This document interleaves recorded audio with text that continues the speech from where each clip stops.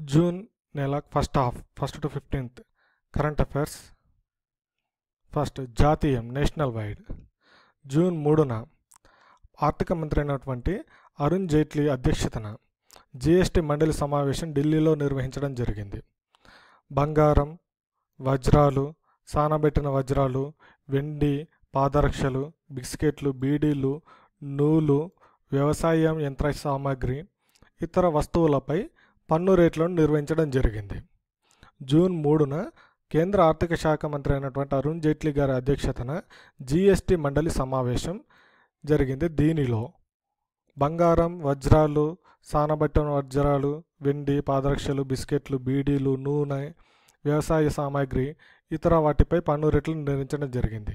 మేలో 1200కు పైగా వస్తువులు, దాదాపు 500 సేవలకు గాను 5, 12, 18, 28% పన్నులను స్లాబ్ల వారీగా వర్గీకరించడం జరిగింది. మన ఆరోగ్యాన్ని ప్రభావితం చేస్తున్న మనతో సంబంధం ఉన్న సూక్ష్మజీవులపై పరిశోధనకు భారత మానవ సూక్ష్మజీవులు జీవావరణం హ్యూమన్ మైక్రోబయోమ్ ప్రాజెక్టును కేంద్ర ప్రభుత్వం ప్రారంభించింది. మణిపూర్ రాజధాని ఇంపాల్లో ఈ ప్రాజెక్టు ప్రారంభించడం జరిగింది. భారత మానవ సూక్ష్మజీవుల జీవావరణ హ్యూమన్ మైక్రోబయోమ్ ప్రాజెక్ట్ ఎక్కడ ప్రారంభించారు? మణిపూర్ రాజధాని ఇంపాల్లో. Attorney general Mukul Rohatgi, solicitor general Ranjit Kumar, మరో 5 సీనియర్ న్యాయవాదుల పదవీ కాలాన్ని కేంద్ర ప్రభుత్వం పొడిగించింది. తదుపరి ఉత్తర్వులు జారీ చేసే వరకు వారు తమ పదవుల్లో కొనసాగుతారు. జూన్ 4న సుప్రీంకోర్టు కొలీజియం సిఫారసు చేసిన 44 మంది న్యాయమూర్తులను నియమించింది. ఈ ప్రక్రియ కేంద్ర ప్రభుత్వం ప్రారంభించింది. వీరిలో 29 మంది అలహాబాద్ హైకోర్టుకు చెందినవారు కాగా 2 కర్ణాటక, 7 కలకత్తా హైకోర్టు, 6 మద్రాస్ హైకోర్టుకు చెందినవారు. మొత్తం 44 మందిలో 28 మంది అలహాబాద్, 2 కర్ణాటక, 7 కలకత్తా, 6 మద్రాస్ హైకోర్టుకు చెందినవారు. భారతీయ రైల్వేలో ప్రయాణాన్ని సురక్షితంగా ప్రమాదరహితంగా తీర్చిదిద్దడానికి వచ్చే 5 ఏళ్లలో 1,00,000 కోట్లు వ్యయం చేయాలని నీతి ఆయోగ్ కేంద్ర ప్రభుత్వానికి సూచించింది.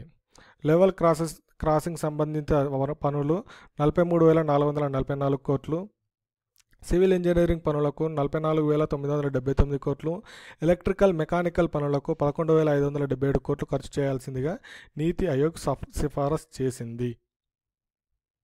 జిఎస్టీ వస్తుసేవల పన్ను అమలుకు సన్నద్ధతపై ప్రధాని నరేంద్ర మోడీ అధ్యక్షతన ఢిల్లీలో సమీక్షించారు. జిఎస్టీపై సందేహాలను తక్షణమే నివృత్తి చేయడానికి ట్విట్టర్ ఖాతా @AskGST గోల్ను ప్రారంభించారు. టోల్ ఫ్రీ నెంబర్ 1800-1200-3232 ఫోన్ నెంబర్ను కూడా ప్రారంభించడం జరిగింది.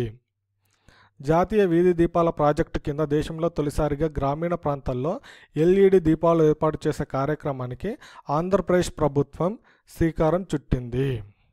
రాష్ట్రంలోని 7 జిల్లాల్లోని గ్రామ పంచాయతీల్లో 10 లక్షల ఎల్ఈడి బల్బులను అమర్చే ప్రాజెక్టుకు అమలు చేయనున్నట్లు కేంద్ర విద్యుత్ శాఖ వెల్లడించింది. తొలి దశలో గుంటూరు, ప్రకాశం, నెల్లూరు, కర్నూలు, కడప, అనంతపురం, చిత్తూరు జిల్లాలను ఎంపిక చేయడం జరిగింది. ప్రస్తుతం దీనికి మూలధనాన్ని ఫ్రెంచ్ డెవలప్మెంట్ ఏజెన్సీ సమకూరుస్తుంది. 10 ఏళ్ల పాటు ఈ బాధ్యతలన్నీ కేంద్ర ఇంధన సమర్థత సేవల సంస్థ EESL చూస్తుంది. తాజా కేంద్ర పథకం ఫలితంగా విద్యుత్తులో 59% ఖర్చులో 88.2 కోట్లు ఆదా అవుతున్నాయి. దేశవ్యాప్తంగా 1.34 కోట్ల సంప్రదాయ నిధి వీధి దీపాలు అమర్చాలని కేంద్ర ప్రభుత్వం లక్ష్యంగా పెట్టుకుంది.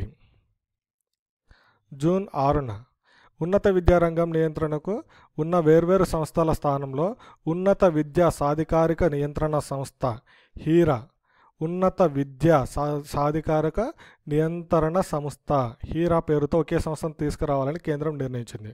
ప్రస్తుతం అమలులో ఉన్న అఖిల భారత సాంకేతిక విద్యా మండలి AICTE విశ్వవిద్యాలయాల నిధుల సంఘం UGC వీటిలో ఇవి 2 దీనిలో కలిసిపోనున్నాయి. రాష్ట్రంలో జరిగే పెళ్లిళ్లు పర్యావరణ హితంగా ఉండాలని కేరళ ప్రభుత్వం ఆదేశాలు జారీ చేసింది. భోజనాలు వడ్డించే ప్లేట్లు, కప్పులు, మంచినీళ్లు, సీసాల విషయంలోనూ పర్యావరణ హితమైన పద్ధతులు పాటించాలని ఆదేశించింది. ఇకపై పెళ్లిల్లో ప్లాస్టిక్ ప్లేట్లు, గ్లాసుల వాడకం నిషేధం. ఇతర అలంకరణలో ఎక్కడా థర్మాకోల్, ప్లాస్టిక్ వాడకూడదు. వాటి బదులుగా పర్యావరణ కీడు చేయని వస్తువులను ఉపయోగించాలి. పెళ్లిళ్ల విషయంలో తనిఖీలు నిర్వహించే బాధ్యతను శుచిత్వ మిషన్ స్వీకరించింది. సో ఇందులో మనకు ఇంపార్టెంట్ ఏంటి అంటే, ఏ రాష్ట్ర ప్రభుత్వం పెళ్లిల్లో ప్లాస్టిక్ నియంత్రణ లేదా పర్యావరణ హితంగా ఉండాలని ఆదేశాలు జారీ చేసింది? కేరళ ప్రభుత్వం. దీన్ని అమలు చేయడానికి ఏ సంస్థ బాధ్యతలను స్వీకరించింది? శుచిత్వ మిషన్. శుచిత్వ మిషన్ పెళ్లిళ్ల విషయంలో తనిఖీలు చేయడానికి బాధ్యతలను స్వీకరించింది. ఆవులు, ఇతర పాడి పశువులను అక్రమ రవాణా చేసేవారికి, వాటిని వధించే వారిపై జాతీయ భద్రతా చట్టం గ్యాంగర్స్ చట్టం కింద కేసులు నమోదు చేయాలని ఉత్తరప్రదేశ్ డీజీపీ ఆ రాష్ట్రంలోని అన్ని జిల్లాల పోలీసులను ఆదేశించారు. నెక్స్ట్ జూన్ 7 మధ్యప్రదేశ్లో మండోస్, దేవాన్ జిల్లాల్లో రైతులు నిరసనలు, హింసాత్మక ఆందోళనకు సంబంధించి ఘటనలు చోటు చేసుకున్నాయి. జూన్ 6 మండోర్స్ నిరసనలో మృతి చెందిన 5 రైతుల కుటుంబాలకు ₹1 కోటి చొప్పున పరిహారం ఇస్తామని ఆ రాష్ట్ర ముఖ్యమంత్రి శివరాజ్ సింగ్ చౌహాన్ ప్రకటించారు. 6 లక్షల మంది రైతులకు సంబంధించిన 6,000 కోట్ల బకాయిలను తీర్చేందుకు రాష్ట్ర ప్రభుత్వం రుణ పరిష్కార పథకాన్ని ప్రకటించింది. భారత 15వ రాష్ట్రపతి ఎన్నికకు కేంద్ర ఎన్నికల సంఘం షెడ్యూల్ విడుదల చేసింది. జూలై 17న రాష్ట్రపతికి ఎన్నికలు నిర్వహిస్తారు. నెక్స్ట్ జూన్ 8 భారత రాజ్యాంగ నిర్మాత డాక్టర్ బిఆర్ అంబేద్కర్కి సంబంధించిన 5 స్థలాలని పంచతీర్థాలుగా ఏర్పాటు చేయడానికి కేంద్ర ప్రభుత్వం నిర్ణయించింది. 5 స్థలాలు పంచతీర్థాలుగా ఏర్పాటు చేయడానికి నిర్ణయించింది. ఆ స్థలాలు అంబేద్కర్ పుట్టిన మధ్యప్రదేశ్లోని మహు గ్రామం, నెక్స్ట్ లండన్లో ఆయన నివాసం ఉన్న భవనం, దీక్ష తీసుకున్న ప్రాంతాన్ని, ఢిల్లీలో ఆయన మరణించిన ప్రాంతాన్ని, ముంబైలో అంత్యక్రియలు నిర్వహించిన ప్రాంతాన్ని కలిపి పంచతీర్థాలుగా మార్చి స్మారక చిహ్నాలు ఏర్పాటు చేయాలి అని ప్రభుత్వం నిర్ణయించింది. పంచతీర్థాలు ఎవరి పేరుపై నిర్మించబడుతున్నాయి? డాక్టర్ బిఆర్ అంబేద్కర్ గారికి. వారి 5 స్థలాలు అవి అంబేద్కర్ గారు పుట్టిన మధ్యప్రదేశ్లోని మహు గ్రామం, లండన్లో నివాసం ఉన్న భవనం, దీక్ష చేసిన ప్రాంతం, ఢిల్లీలో మరణించిన ప్రాంతం, ముంబైలో అగ్నిక్రియలు జరిగిన ప్రాంతం. సెల్ఫీ విత్ డాటర్, కుమార్తెతో సెల్ఫీ పథకాన్ని రాష్ట్రపతి ప్రణబ్ ముఖర్జీ ఢిల్లీలో ప్రారంభించడం జరిగింది. సెల్ఫీ విత్ డాటర్, కుమార్తెతో సెల్ఫీ. భ్రూణ హత్యలు, మగపిల్లలు మాత్రమే పుట్టాలని కోరుకోవడం లాంటి అంశాలపై అవగాహన పెంపొందించడానికి ఈ యాప్ని ఉపయోగిస్తున్నారు. కుమార్తెలతో సెల్ఫీలను తీసుకుని వాటిని అప్లోడ్ చేయాల్సిందిగా ప్రణబ్ ముఖర్జీ కోరారు. కుమార్తెతో సెల్ఫీ అనేది ఒక ప్రపంచ ఉద్యమంగా ఎదుగుతుందన్నారు. వాస్తవానికి 2015లో సునీల్ జలగాన్ కుమార్తెతో సెల్ఫీ 2015లో సునీల్ జలగాన్ అనే వ్యక్తి ఈ ఉద్యమాన్ని ప్రారంభించారు. హర్యానాలోని జింద్ జిల్లాలో ఉన్న బీబీపూర్ గ్రామంలో ఈ ఉద్యమం మొదలైంది. జూన్ 10 రాష్ట్రాలతో కలిపి మానవ వనరుల అభివృద్ధికి నీతి Aayog 7 sustainable action for transforming human capital పేరుతో స్థిరమైన కార్యాచరణ చేపట్టింది. ఈ కార్యక్రమం ద్వారా విద్య, వైద్య రంగాల్లో సమూల సంస్కరణలు తీసుకురావాలని లక్ష్యంగా పెట్టుకుంది. రాష్ట్రాలు కోరినట్లు అవసరమైన సాంకేతికపరమైన మద్దతు ఇవ్వనుంది. వైద్య రంగంలో 3 మార్గదర్శక రాష్ట్రాలను రోల్ మోడల్ తీర్చిదిద్దడమే 7 ముఖ్య ప్రధాన లక్ష్యం. ఈ కార్యక్రమం అమలు దశ నుంచే రాష్ట్రాలకు చేయూతనందిస్తుంది. ఈ కార్యక్రమాన్ని McKinsey and company, IPE global కన్సార్టియంతో కలిసి పనిచేస్తున్నాయి. జూన్ 14 ప్రసిద్ధ మొబైల్ సంస్థ శాంసంగ్, తెలంగాణ నైపుణ్య విజ్ఞాన సంస్థ టాస్క్ల సంయుక్త భాగస్వామ్యంతో హైదరాబాద్లో శాంసంగ్ డిజిటల్ అకాడమీ ప్రారంభమైంది. రీసెంట్గా శాంసంగ్ డిజిటల్ అకాడమీ ఇక్కడ ప్రారంభమైంది హైదరాబాద్లో. తెలంగాణ ఐటీ శాఖ ముఖ్య కార్యదర్శి జయశరంజన్ దీనిని ప్రారంభించారు. ఇందులో యువతకు టైజన్ ఓపెన్ టైజన్ ఓఎస్ సాంకేతికపై శిక్షణ ఇస్తారు.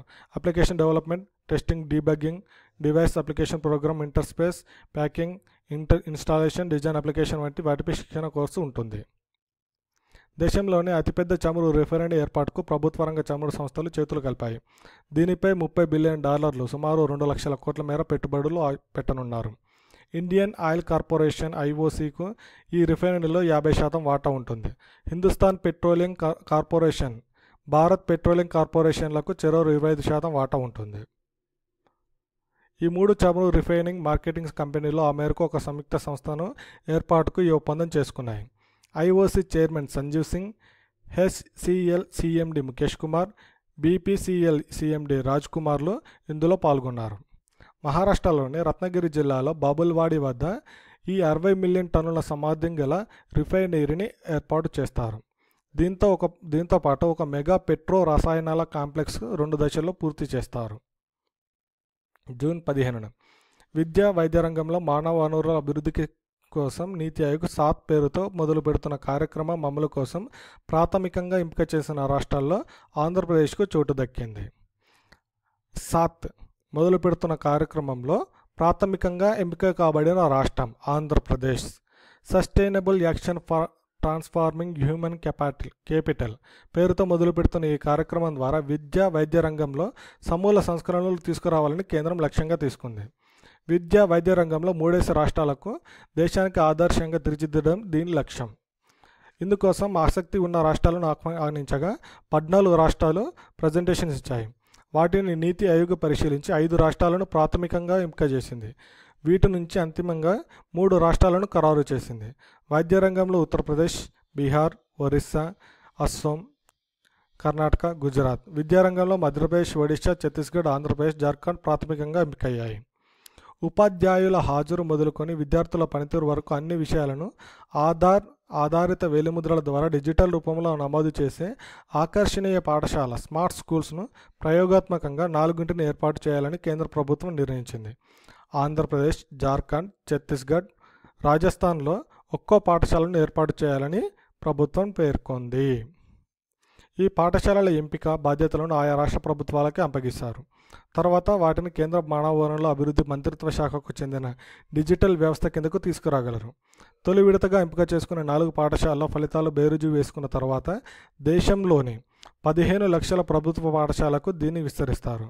2018 జనవరి 1వ తేదీలోగా ఈ పని పూర్తి చేయాలని మంత్రిత్వ శాఖ లక్ష్యంగా పెట్టుకుంది. తద్వారా 25 కోట్ల మంది విద్యార్థులు, ప్రభుత్వ పాఠశాలలో పనిచేస్తున్న 87 లక్షల మంది ఉపాధ్యాయుల పనితీరును పర్యవేక్షించనున్నారు. ఇవి జూన్ ఫస్ట్ హాఫ్లో 1 to 15 వరకు జరిగిన కరెంట్ అఫైర్స్.